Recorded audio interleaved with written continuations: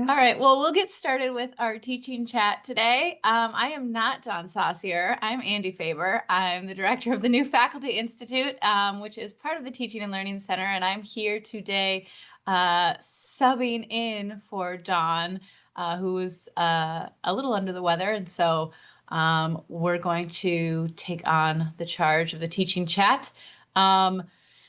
I should have thought about if there are announcements. Next week, we're going to have another professional development series. Maybe Jeff can help me out.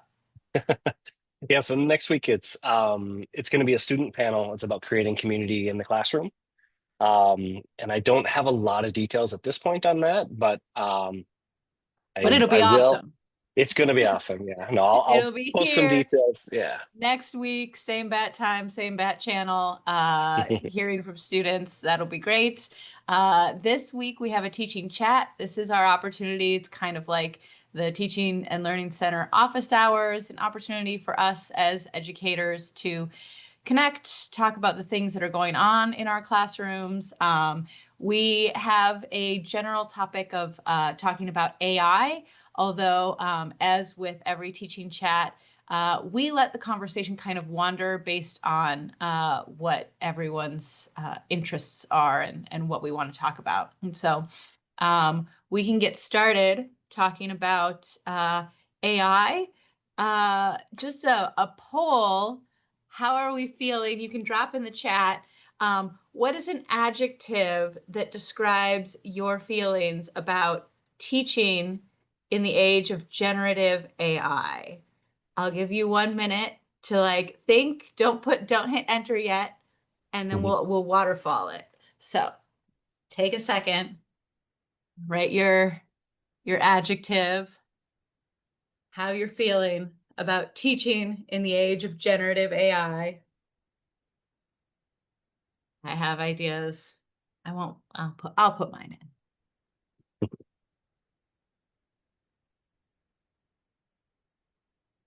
All right. So, adjective in the chat. How do you feel about teaching in the age of generative AI? Now, especially, we've had a little bit of time to kind of see how it's starting to play out. All right. On the count of three, go ahead and hit enter. 1, 2, 3, enter.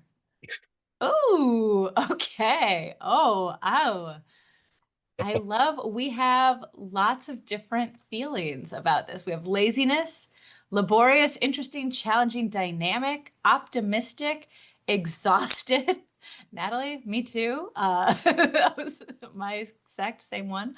Opportunity, curious, stressful, conflicted, annoyed. I really think I need to rethink my expected outcomes for my class in the age of AI and repulsed. So we are all over the board on AI. And I think that the responses here are really indicative of how people are feeling generally with regard to AI. I think some people are really energized by it, really excited about new frontiers and new opportunities. Some people are terrified. Some people are really frustrated. It does mean for a lot of us really rethinking the way that we create our class assignments, the way that we assess our students. And I think that that can be overwhelming to be like, I had figured out like how to do this teaching thing, and now I have to refigure it out. So does anyone want to start with questions or comments or anything that anyone's wants to get going on? I can share why I'm exhausted in the current moment. And I Please kind of do, love that Camilla's Natalie. on here because she might be able to weigh in. Is this, can you hear me okay? You all Yeah. just froze. Oh, you froze, but I can still hear you. Oh, now I can't hear you. Now you're totally frozen. Oh, Did you're it back. freeze for everybody or just me? I think just you. Just you. Great. But you're back, so go ahead. That's wonderful.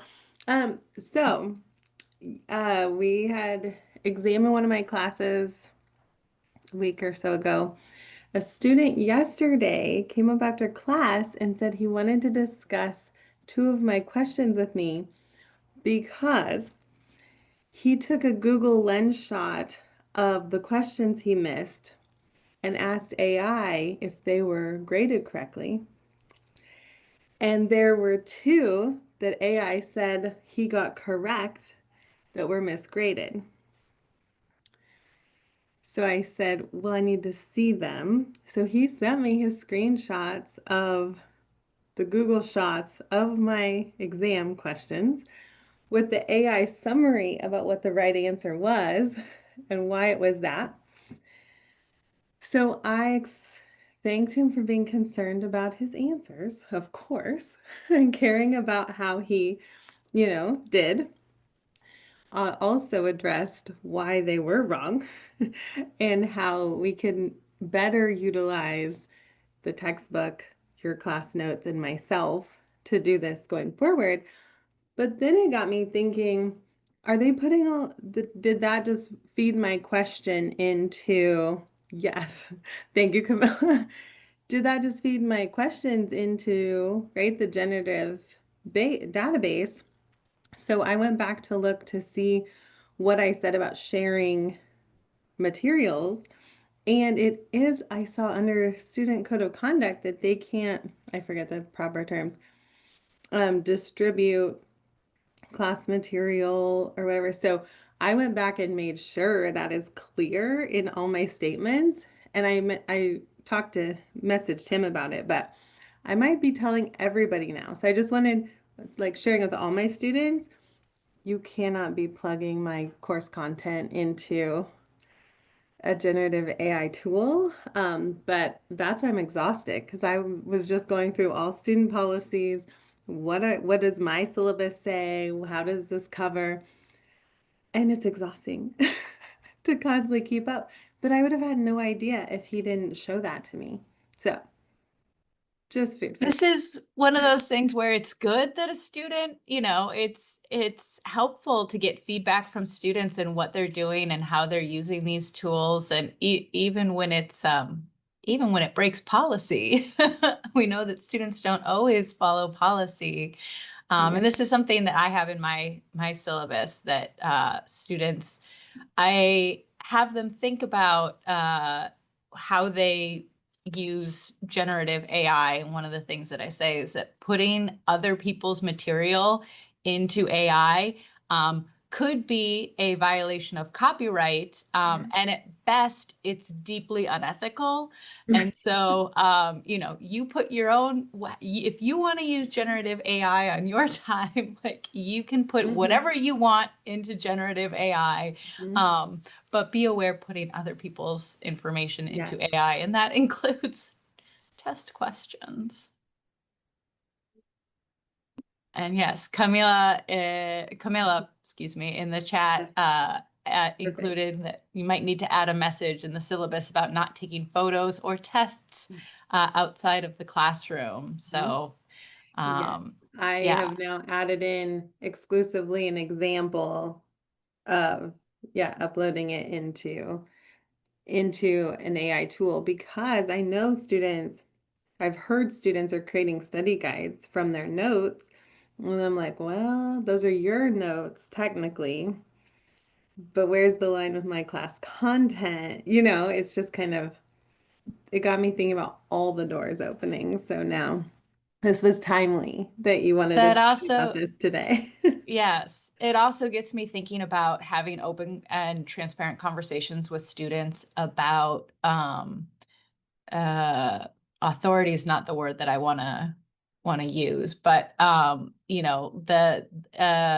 expertise, right? That we come into the classroom as content experts. AI is not a content expert. AI is not an expert in anything. It's just predictive. And we don't know what it's drawing its content from. And so reminding students of that, my biggest or one of my biggest beefs with AI is that it will never tell you no. So you can put the worst prompt in, like, can you give me information on, or can you generate this? Not give it enough information to be able to do the task, and it will say, certainly, I'm happy to do that for you. And then it will make up a bunch of BS and give it to you happily. So being careful to think about and be explicit with our students about the kinds of training that we have had, why we are qualified to teach this, and why our expertise outweighs what generative AI can do. And yes, Melissa in the chat included that AI rules are going to become as cumbersome as text laws, and saying that with love for those in accounting. I think that this is another important issue, is that, right, we're kind of in the wild west of AI. There will be regulations, there will be a lot of changes that come as AI continues developing.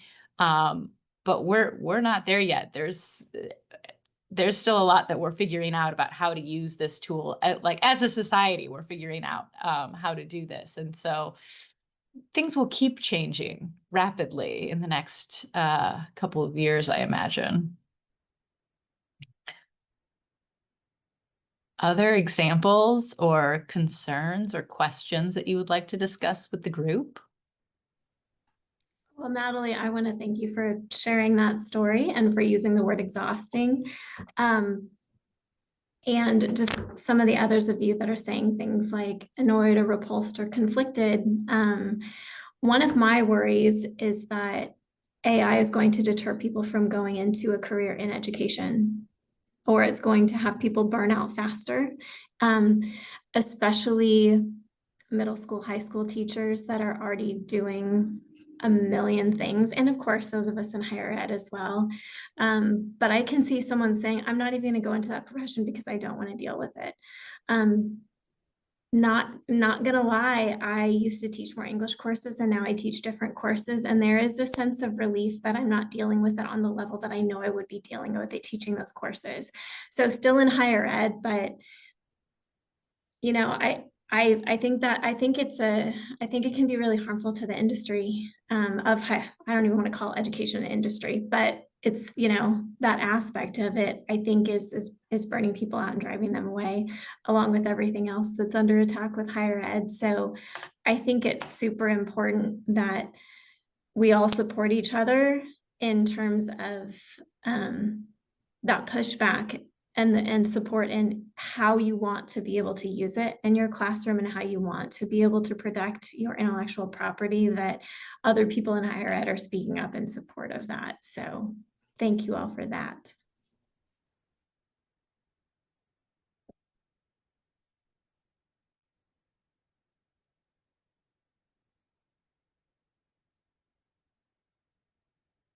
Yeah, I think that teaching writing right now is a big challenge. I also have heard, you know, a number of people saying like, well, why are we going to need to learn how to either learn how to write or learn another language? Like, now that we have AI that just does this for us, what's the purpose of becoming educated?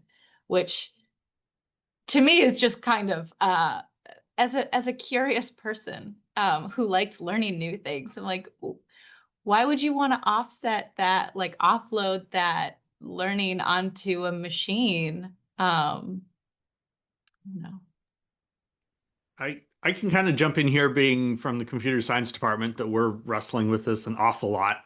And so I said I'm conflicted because we hear from industry a lot that our graduates in industry are not only being expected to use AI, but that's one of the metrics they're being tracked on, is how much AI usage they are doing.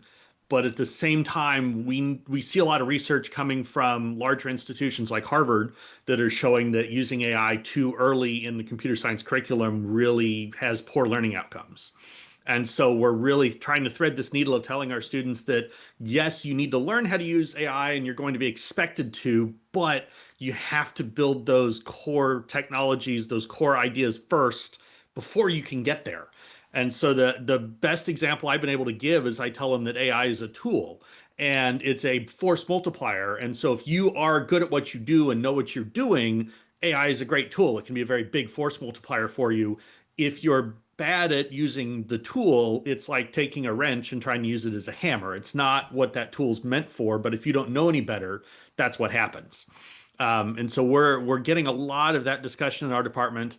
And then the other thing that we're getting a lot out of students is kind of that same question of why should I study computer science if all the jobs are going to go away?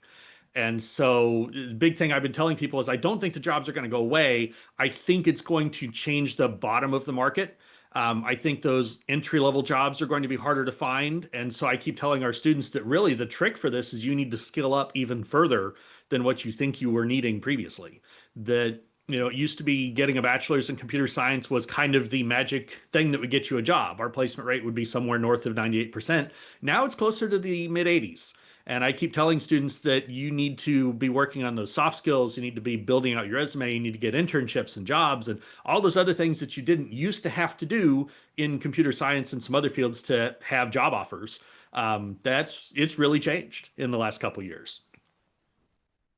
Thanks so much for that, Russell. And I think that that's really an important point that I talk to students about a lot when they're interested in pursuing any kind of degree. That they always, oftentimes they say like, but what do I do with this? Or like, but maybe I want to do this other thing because the jobs are better in that field. And one thing that students really don't have a perspective on is that jobs in demand change. And so I really caution them, like, don't pursue the high paying jobs because those are bubbles that can burst and you can think like, oh, like computer science is the way to go. Engineering is the way to go. Business is the way to go. But then that bubble bursts. There's a new hot thing in town. And suddenly the student is left with a degree in something that they're not really excited about. And they're not getting that job, amazing job that they were hoping for that was going to make the big bucks. And so I really like to remind students that what they're here for is to develop those soft skills, the transferable skills that in the 21st century, you need to work on collaboration, right? Teamwork, being able to think critically, being, time management, responsibility, like how are they thinking about those kinds of things? Because those skills are going to be adaptable to whatever the market needs and whatever the market does. And so they'll be able to find themselves being able to function a little bit better in the economy if they have those skills versus a specific field training, you know? And I always tell my students, I'm not that terribly old, but the tech bubble has already popped twice in my lifetime. Once that I remember and once when I was very young, but it has happened before and it probably will happen again. Yeah, and then it'll grow and then it'll burst. And this is just again with the perspective of time, once you've been around for a little while, you start seeing like, oh yeah, like there's these things come in cycles. And trying to chase whatever the hot new job is, you end up looking like if you've ever watched kindergartners play soccer where they all chase the ball in a big group. Like you don't want to be that. You want to be the one strategically ready by the goal, ready to kick it in. So Paul, I noticed you put optimistic, and not to call you out, but I would love to hear an optimistic perspective if you're willing to share. Yeah, sure. Yeah, I think it's a little bit of a Pandora's box, but I'm encouraged by what students can discover by using AI. So I've had them do a couple of assignments in freshman and new transfer coursework where basically, how would AI handle what we call well-structured or ill-structured problems? Well-structured problems are just, here's the parameters, compute the answer. The AI can do in a second or less, where the students might need a few minutes to chunk through the calculation. And then the ill-structured problem would be, come up with some sort of design concept for this particular situation. And so they were able to actually give me responses um, based on those two different types of problems and how AI would handle them. Then they fed them into AI and got results. And then they gave me an analysis back on how AI handled both of those types of problems. And so, I kind of was looking for them to put some critical thinking into what AI might give them back and how AI met or did not meet their expectations. And then I also had another assignment where I had them work on a problem statement and then revise it. And then finally just ask AI to restate your problem statement, right? After 3 iterations. And so before I actually, had them short circuit and go straight to AI, they worked on it. They chiseled away at it and spent probably 3 weeks on a problem statement and then had AI just polish that for them. And so I kind of view it as the optimistic piece is just don't go straight to the generative part. Think about what you want, how you might ask the question from AI, and does the response meet your expectations, or how do you continue to ask AI to give you a response or a result that you're satisfied with? Thank you. I appreciate that. And I have some follow-up questions for you too. Yeah. I love the idea of having them, do it yourself and then evaluate how well AI is doing it. How do you help ensure that they're not using AI during that 3-week process? And how do you ensure, especially for newer students, that if you're asking them, does it meet your expectations? Are their expectations where they should be? So how do you help them determine those expectations instead of saying, yeah, AI is great? Yeah. Well, in the syllabus, in my course instructions, I allow them to use AI as long as they cite it. Which AI generator did you use? What was the date that you used it? And so they've been pretty good about, being responding to me with that information when I ask them to use AI. I don't really check to see if they used AI at any point in the process. If I ask them to come up with something on their own, I don't really cross-check to see if they used AI as a starter for it. Which there's probably at least one case that was a little off the ranch, so to speak, that probably had some AI thought process put into it. But basically, I keep them accountable by you can use it. Just tell me when you used it and what you used. And then I give them feedback based on the response and say, okay, does that make sense? Is that really what you think the result should be? And sort of have them analyze that and give me feedback. Melissa, I'm going to add in, since you asked him directly, I kind of put a more positive word. I put opportunity. But I'll lead this. Okay, for those of you who don't know me, I'm the director of the Honor and Integrity System. So I will also lead that I have over 100% more cases this year than I did last year. I mean, we are over doubled the amount, over doubled. And I just was calculating, that's why I wanted to 40 out of 56, 40 out of 56, whatever percentage that is, whoever can do math real fast, are AI cases. So I can easily say I'm overwhelmed because I am. I'm very, yes. Anyway, but I still said opportunity because the conversations that I'm able to have with the students, if you've ever heard me talk, one of my key things is that we have to make this bigger than just your classroom. Like that academic integrity is bigger than just their time at K-State, bigger than just the classroom. And this is truly allowing a lot of those conversations to happen because it's allowing us to think, oh, you're going to be dealing with this for the rest of your life in whatever job you do, no matter what discipline, and you've got to learn how to use it with ethic, with integrity, with honesty, with ethics.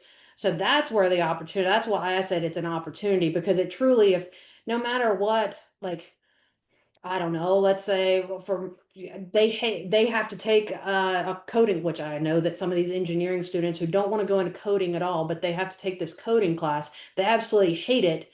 Well, they can still learn life lessons. And so that's that's always been my thing of like, what are the life lessons that we're trying to teach our students? And this is a truly fits directly in there that they could absolutely hate the topic of your class. They could not see a point in why do I have to take this algebra that I'm never going to use ever again. But if you can help them see that, okay, I'm teaching you how to make a decision on this. Can I use AI? Can I not? What are skill sets I need to use? What are those like basic things I need to do?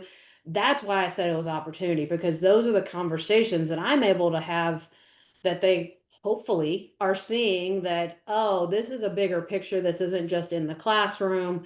These are things that those life skills that you're trying to learn, or that we're trying to teach them. Thanks so much for sharing that, Camilla. I don't envy you the position that you're in with the explosion of AI cases that you're dealing with. But I think that you're spot on the money. This is one thing that I say to my own kids who are teenagers. When they complain about a teacher at school and they say like, oh, I don't like the class, it's boring. I don't like the way that the teacher teaches.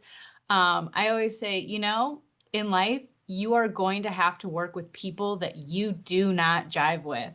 And so one of the things that you're learning now is how to work in that environment. And so I know that it's not fun, but it's important. And so I think that a lot of times just helping students to kind of reframe and provide that justification that you're saying, Camilla, of like, why are we doing this? Why is this important? And what am I learning through this process? That doesn't necessarily have to be the content, right? Like you can be taking students in my class, they take, you know, they're learning Spanish is why they're ostensibly in my course, but they learn a lot of other things along the way. I like to point out, you know, tolerance for ambiguity is something that's really important, especially in the 21st century.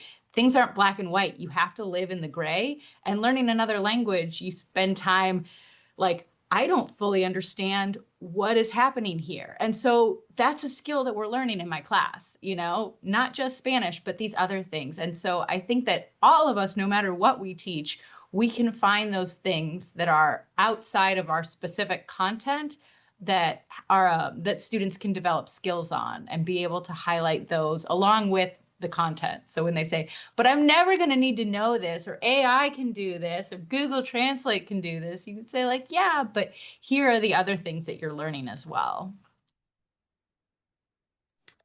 Yeah. To add on to what Camilla just said now, there's this piece that I wrote for Faculty Focus that has been accepted to be published, hopefully next month.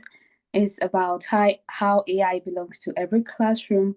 And I got that inspiration from, you know, the news recently where like a teenager committed like suicide due to mental health after confiding in ChatGPT for some time and then using it for like therapy, and the AI enabled, you know, that thought.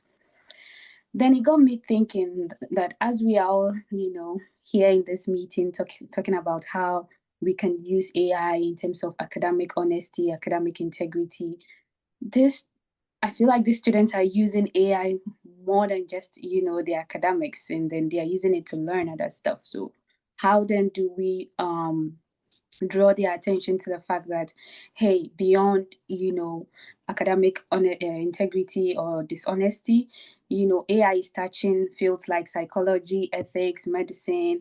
How can they be able to learn how to use AI properly and, you know, efficiently, so that we are able to offset some of these you know, challenges that we face? So yes, I think sometimes we don't just leave it at, okay, they come to the classrooms and then they are just learning AI, but we should teach them something that goes beyond that, that they can use in their future, in the work field, and wherever they will find themselves. Yeah.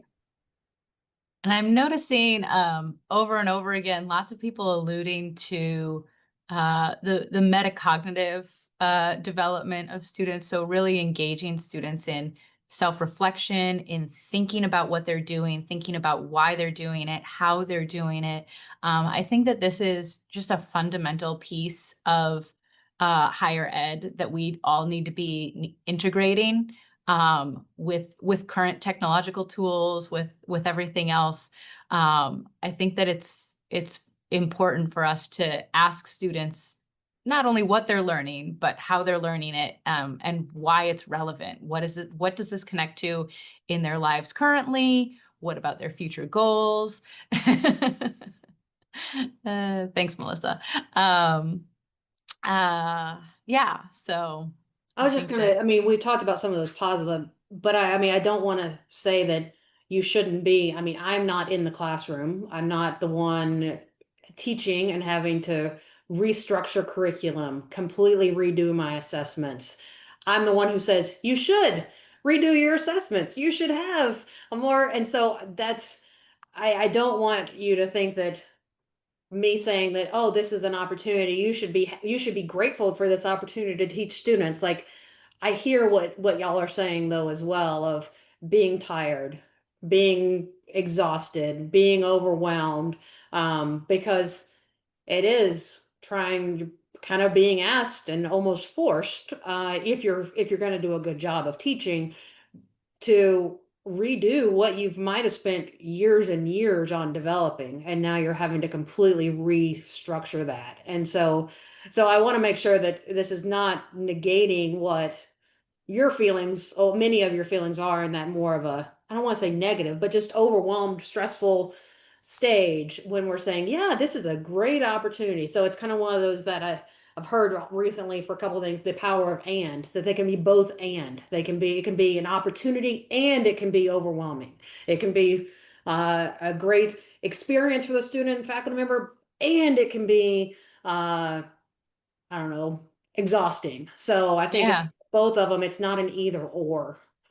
back to that gray area, is that it's exactly that, is that it provides a lot of opportunity. And I agree. I'm excited about, I always am excited about challenges to be more innovative. Like, here's a new set of parameters that you have to work with. It's like, oh, okay. But that does also mean a lot of work, and that can be frustrating as well. And so, I think that what we don't want to do is bury our heads in the sand and pretend like that AI is going to go away, because it's not.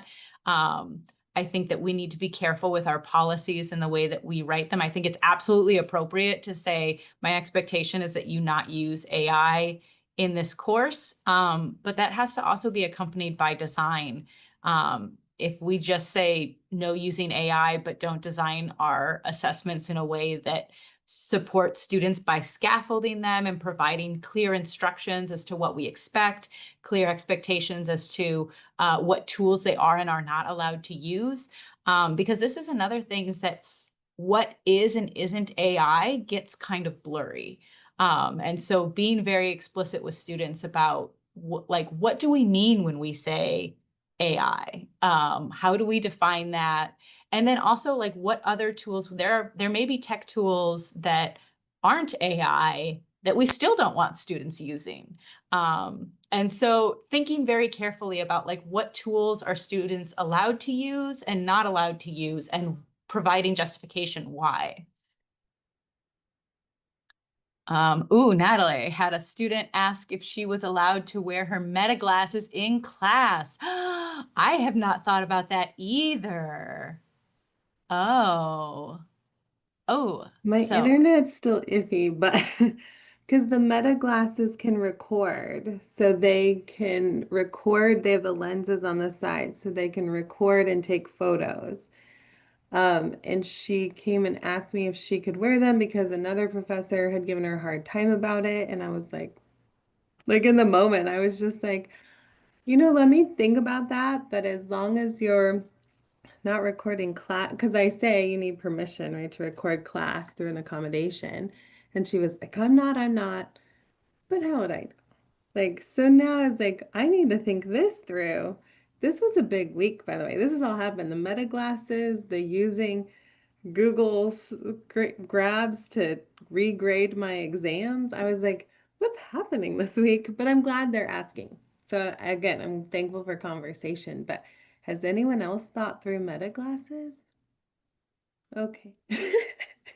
yeah, had not even crossed my mind until you just said that. But if we Yeah, think back to, I mean, I know that there's been a lot of times of unless it's needed. I mean, I don't know if prescription based. They But I are know for now. years, like I used the modern languages department, and I remember the English as a second language programs. They wouldn't allow smart watches or any kind of devices to be, especially during oral exams, because they wouldn't. So I think unless there was a prescription based reason why they would need that. But then it would kind of have to have some sort of, like you said, you can't be, and you just have to trust that student to say, nope, I'm not recording. Right. Because Yeah. I mean, sometimes like if you talk to the Student Access Center, there are some students that do have to have a cell phone with them at all times. And so, but they have a medical necessity for that. And so they know they can't be on certain apps or whatever. But so I think that's kind of the fine Mhm. line. Could be.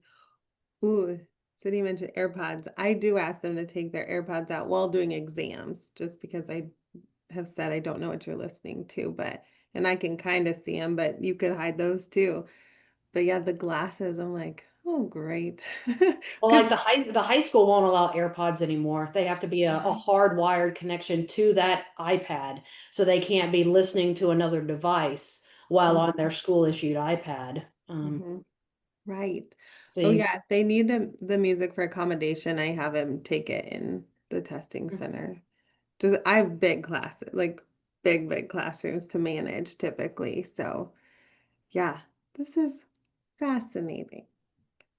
It's wild, right? And some of the things y'all are saying are reminding me, I mean, this is just life, right? Control what you can and let the rest go, because there's no way you can catch 100%. And we do this all the time as teachers, right? When we give students an assignment, they may or may not be cheating on it. Hopefully they're not, but they may or may not be learning from it either.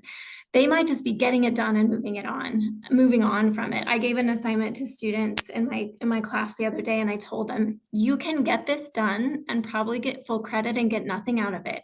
Or you can take your time, you can look at it, you can think about it, you can really ponder the questions, and you will get so much out of it. And when we're just transparent with them about anything they're learning, whether it's AI related or not, and just reminding them you're going to get out of this what you put into it, I think a lot of students rise to that occasion. And then, Natalie, it sounds like you've had quite a week, so here's an opportunity for you, but anyone else, I'm putting it in the chat. There's a therapy dog in the union today, and if you have not met Oakley yet, he is the loveliest dog. So go pet a dog, like, unless you're allergic, and that won't help, but sometimes you just have to do that stuff too. And it's okay if I jump in here? Absolutely. I'm sorry, I teach until 12:20 on Wednesdays, and so I usually join everybody without hearing everything, and I apologize, but I didn't want to miss out on this. So on the one hand, I hear this like, well, we've undergone massive changes in the past in terms of our pedagogy. The mathematicians had to figure out how to deal with calculators, and we all had to learn Canvas, and we'll figure it out.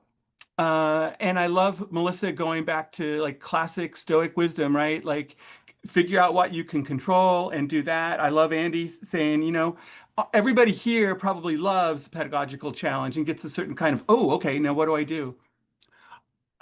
But so I hear you, and I'm not disagreeing. But I was talking to Sydney mostly over email earlier this month, and I don't know if this is just like previous changes that we all figured out eventually using ancient wisdom or our great goodwill or our pedagogical knowledge. It seems to me the combination of like the speed with which things are changing, like what I thought about AI a year or 2 years ago is totally not what I think about it now.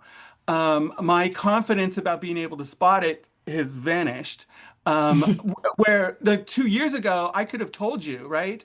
And there's people, I'm in English, like there's people in English really good at spotting, like, oh yeah, this that just came out from central admin, AI generated.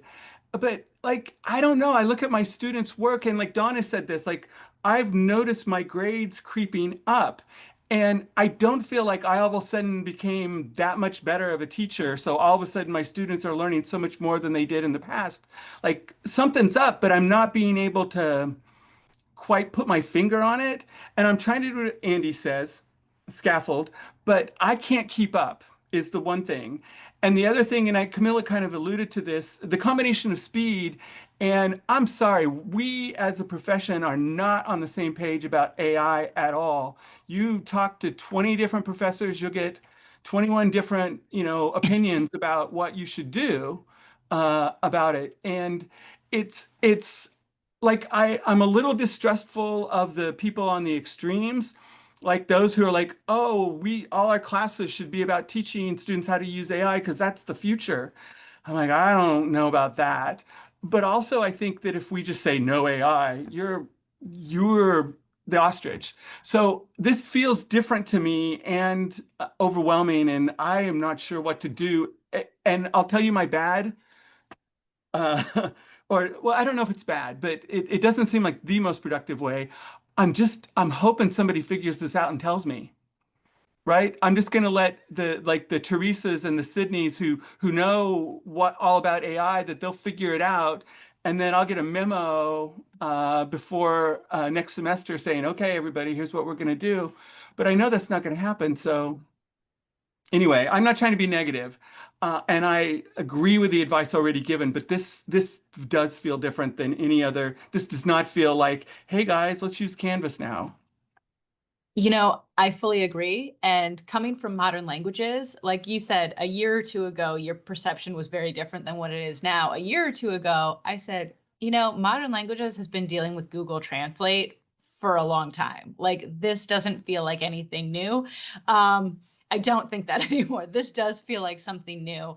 And I think also generative AI combined with the after effects of pandemic era learning, I feel like we are, I've seen the data about current high school students that reading scores are historically low. And so I think that we are going to be dealing with students who are academically underprepared in ways that we have not seen in our experience as educators in higher ed. And so that is another thing to take into consideration, is that we're not just scaffolding to help them learn, along with this, but I think that we're going to have to kind of go back and work on teaching some basics that maybe even 5 years ago we could have expected that students had when they came into higher ed. And so I agree with you, Greg. This is something that is unprecedented, and it's overwhelming. And I would love to have somebody say, here's the answer. I'm with you on that one. So I think that all of the feelings that we have been discussing here in this session today, I think are all valid. There's excitement, there's opportunity, there's fear, there's frustration, there's exhaustion. As Camilla said, we can feel all of these things at once. We are complex human beings, and it doesn't have to be, yes, I'm on board for AI, or no, I'm not on board for AI. And as Greg said, I think that it's dangerous to be on either extreme of those ends. I think that finding ways to engage meaningfully is important. Aaron, go ahead. Sorry, I'm not an interrupter. I No, am, so yeah, go ahead. that's okay. No, I put in uh thoughts from a no AI perspective, because I have a hard no AI in my classes policy. Um, and for context, I teach applied mathematics and statistics in agriculture, and mostly graduate education. So I'm training future scientists, and I see that the metacognitive skills that a bunch of people have brought up are really the most important part of that. Actually, getting content is not so much of a problem. Google Scholar does an excellent job of helping us find reputable references already. But what's more important is the thinking through and the process and the critical thinking and the planning and the argumentation. And scientists are not exactly known for their writing abilities, for instance, and farming it out to ChatGPT is not going to help with that. So I'm upfront with the students right in my syllabus that I don't want them using any sort of generative AI on their assignments. But then I also tell them, I also consider it a waste of my time to try and check that you're not using generative AI. It's not worth my time to do that. So if you would like to do that, you are free to, but you're losing out on these skills that are going to come back to bite you professionally later on, and then you will be found out. So I think that a big part of the kerfuffle we have with AI is that higher education has been sold as you get these skills and this content to prepare you for a high-paying job instead of the metacognitive skills, which for those of us who are reflective educators, we think those are the more important things and the curiosity is more important. And so then if ChatGPT can do all of that content and a lot of that low-level skill stuff for me, then there's an existential threat to what I'm doing. If, on the other hand, we can, make the case for the importance of those metacognitive skills, well, then we really have something. But I don't think that case has been made strongly. And I would like to think that my job is about more than being publicly subsidized job training, but sometimes it feels like that. I think you bring up a good point too, is that there's a lot of misconception about what higher education is. And a lot of society believes that college is job training. And so it can be challenging in that environment to try to justify our existence, that it's not specific job training. It's we're training students to think, to be problem solvers, and to engage with their world in a thoughtful and meaningful way. And our society really likes dollar signs on things, and it's really hard to put concrete dollar signs on those kinds of skills. So.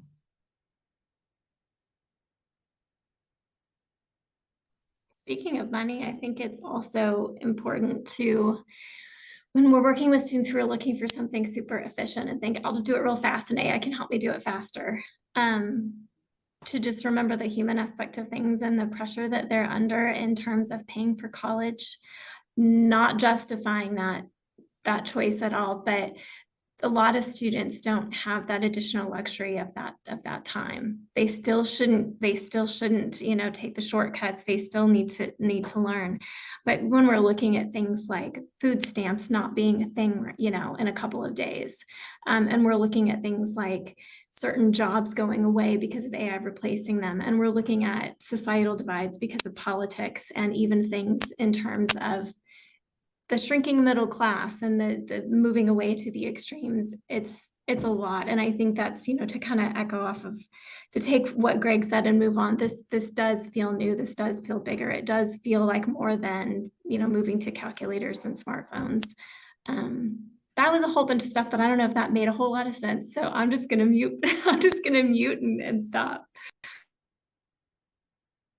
Yeah, so I think to synthesize, because I think we're getting to the end of time, I want to be respectful of people's schedules, but I think that a lot of the conversation today has been about the importance of those transferable skills, about critical thinking, about really engaging our students in the thinking and the learning process, focusing our energy and attention on that, and not worrying so much about what AI is doing, but figuring out ways that we can meaningfully help our students to engage in learning despite AI or in addition to AI.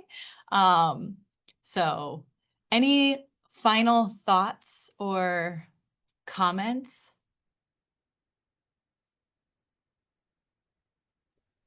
I just want to say thank you, and I after all this, listening to all this, I just feel like, okay, I'm not alone. And that made me feel much better. And I think we can figure it out together. Oh, that's such a positive takeaway. I think that that's right. And I think that relying on our colleagues to provide their experience, I think that sharing the experiences here, one, it helps to just find out like what other people's experiences are. Now I know about Meta glasses and that might be something that I'm gonna have to deal with. But knowing also that here on campus and here at K-State, we have a lot of really dedicated, thoughtful educators is inspiring. It's very motivating to know that we're not like doing this alone, us individually against this giant AI machine, but that we're doing it with our students and we're doing it together as educators. So with that, I will close. Thank you all very much for your contributions. I enjoy speaking with you when I have the opportunity. I hope to see you again. We will have another Teaching and Learning Center Professional Development Series event next week, same bat time, same bat channel. So I look forward to seeing you all then. Have a wonderful Wednesday afternoon and a happy Halloween.